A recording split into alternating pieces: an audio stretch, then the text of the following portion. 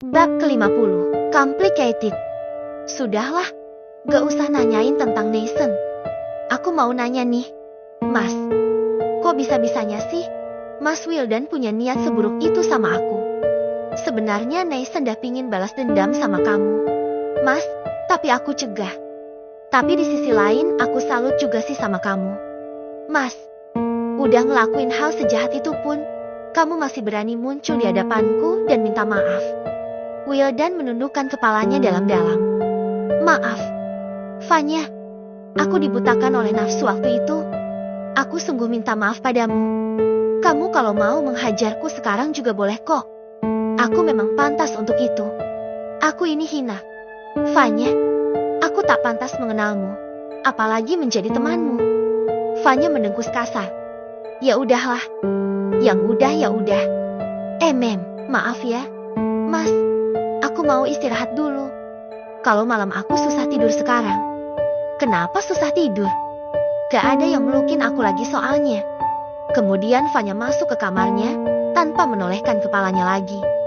Jawaban Vanya membuat hati Wildan begitu mencelos. Sepertinya Vanya teramat mencintai Nathan sekerang.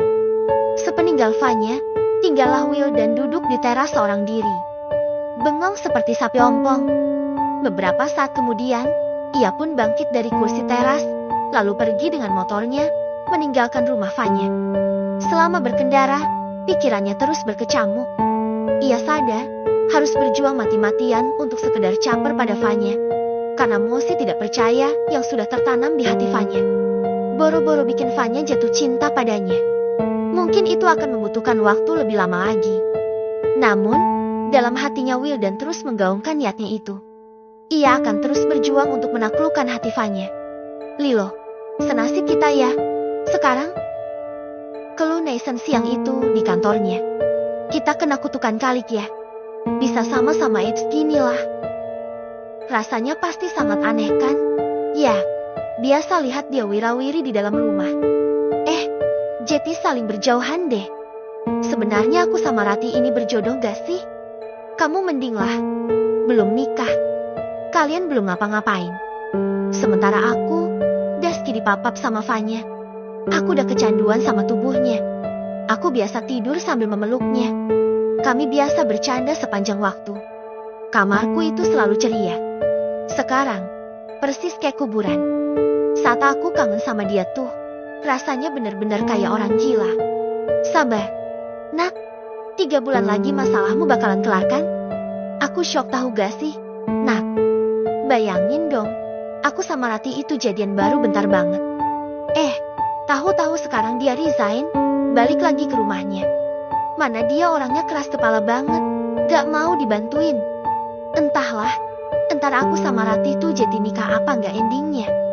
Nathan mengendikan kedua bahunya. Si bajingan itu sih bilangnya gitu. Entah kalau dia ingkar janji. Tenang Lilo, tiap weekend kan kamu masih bisa mengunjunginya. Palingan berat di bensin doang. Iya, sih. Nasibku kayaknya jauh lebih mending dibandingkan nasibmu. Berarti 3 bulan lagi si Laura keluar dari rumahmu. Ya, nak. Harusnya sih gitu. Tapi aku sangsi. Orang selicik Laura pasti sudah menyiapkan rencana cadangan yang akan menguntungkannya di kemudian hari. Gak mungkin ia selugu itu. Dia itu gak cuma licik, tapi juga tamak. Dugaanku sih, dia juga menyimpan KPN video itu, yang akan dia gunakan untuk mengancam kami. Menurutmu, Lor menyimpan KPN itu di mana? Loh, dahi Lilo nampak berkerenyit. Bukan di ponsel tentunya, karena itu terlalu riskan. Di sebuah flash disk sih menurutku. Karena media penyimpanan yang paling simpel saat ini, ya hanya flash disk itu. Oke, katakanlah itu sebuah flash disk. Menurutmu, apakah Lol membawa serta flash disk itu saat pindah ke rumahku? Hai Vi, apa kabar? Sapa Galang saat Vivi membuka pintu untuknya. Vivi tampak terperanjat dengan kedatangan Galang yang tiba-tiba itu. Saya sehat. Alhamdulillah. Kok Mas Galang baru muncul sekarang Ti? Kemana saja, Mas? Galang lalu duduk di teras. Vivi duduk di sebelahnya. Ceritanya panjang. Vi, saat menangani proyek di Surabaya, ponselku hilang. Vi, aku kehilangan nomor Laura. Mau melacak kembali tempat dia bekerja pun tak sempat, karena habis itu aku kecelakaan. Kakiku patah dan harus pasang pen. Jalanku sekarang masih agak pincang. Vi, jelas Galang panjang lebar. Vivi mendengarkan dengan seksama. Mas Galang kesini mau nyariin Kak Laura, kan? Galang mengangguk cepat, dengan wajah ceria. Laura masih tidur. Ya. Vivi menundukkan kepalanya. Kak Laura udah gak tinggal di sini, Mas. Dia juga udah gak kerja di bar lagi. Galang melongo. Loh, kok? Sejak beberapa hari yang lalu, Kak Laura pindah ke rumah Kak Nathan, Mas. Kedua mata Galang membola. Maksudmu apa sih, Vi? Kak Laura sekarang udah jadi istrinya Kak Nathan, Mas. Galang langsung berkeringat dingin. Pandangannya menerawang jauh. Aku tak tahu apa yang sudah terjadi sebenarnya selama aku berada di Surabaya. Tapi aku yakin, kakakmu itu sudah melakukan hal yang tidak pantas, sehingga Nathan mau memperistrinya. Si Nathan sudah punya istri kan, Vi? Vivi mengangguk lesu. Waktu itu, Kak Laura sempat berencana untuk menjebak Kak Nathan, Mas. Tapi aku tidak mau membantunya. Ia marah besar padaku. Aku gak tahu kali ini siapa yang menjadi partner Kak Laura.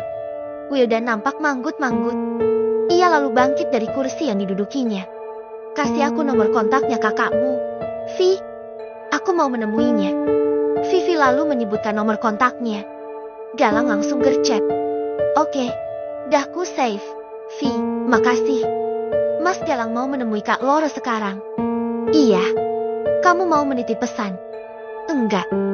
Hanya mau bilang, kalau Kak Laura saat ini, tengah hamil. Mas? Galang kembali melongo. Kamu gak lagi bercanda, kan? Vivi menggeleng cepat. Kak Laura mengandung anakmu, Mas. Galang merasa kepalanya pusing mendadak. Ia kembali menghenyakan pantatnya di kursi. Entah apa yang ada di otak kakakmu itu. Vi, memang luar biasa gila si Laura itu. Tapi sialnya, aku benar-benar jatuh hati padanya. Tenang, Vi, akan kubereskan semuanya. Beri aku waktu untuk membongkar semua kelicikan kakakmu itu. Setelah pusingnya agak berkurang, Galang berpamitan pada Vivi untuk kembali ke rumahnya. Mama mau kemana? Tanya Laura saat melihat sang mertua keluar dari kamarnya dengan dandanan cantik. Kamu tidak perlu tahu. Nyonya Bramantia menjawab dengan sangat ketus. Ia pun berjalan cepat menuju pintu, lalu duduk di teras menunggu Nathan. Big Asi, yang saat itu tengah duduk di ruang tengah, hanya tersenyum-senyum melihat masamnya wajah Laura saat dijutaki ibu mertuanya. Tak lama kemudian, Nathan pun turun dari kamarnya. Nathan, aku boleh ikut? Gak, aku bosan di rumah terus, nak. Begitu Nathan tiba di bawah, Laura langsung mendekatinya, lalu menggelendot manja di pundak Nathan. Nathan langsung menjauhkan dirinya dari Laura. Itu bukan urusanku. Apapun yang akan kamu lakukan di rumah ini, terserah. Aku tak mau tahu. Dan aku tak peduli sama sekali. Kamu mau open bo sekalipun, sungguh aku tak peduli. Nathan, teganya kamu bicara seperti itu padaku. Kenapa tidak? Yang kamu lakukan terhadap Mama dan Vanya itu sangat biadab, Laura. Seharusnya aku menyewa pembunuh bayaran untuk melenyapkanmu, agar semua masalah ini segera usai. Kamu tega membunuh wanita yang lagi hamil, Nathan. Laura sontak membekap mulutnya dengan tangan kanannya sendiri. Ia keceplosan. Nathan dan Big Asi sontak berpandang-pandangan. Oh, jadi kamu melakukan semua ini agar calon anakmu punya ayah, Laura. Karena ini kamu menghancurkan keluargaku, Laura. Aku sangat kasihan pada janin yang tengah kamu kandung itu. Kurasa, ia akan sangat malu sekali punya calon ibu yang jahatnya seperti kamu. Diam kamu, Nathan. Kenapa sih? Sekarang kamu sekejam itu padaku. Tak adakah rasa cinta yang tersisa di hatimu untukku, Nathan?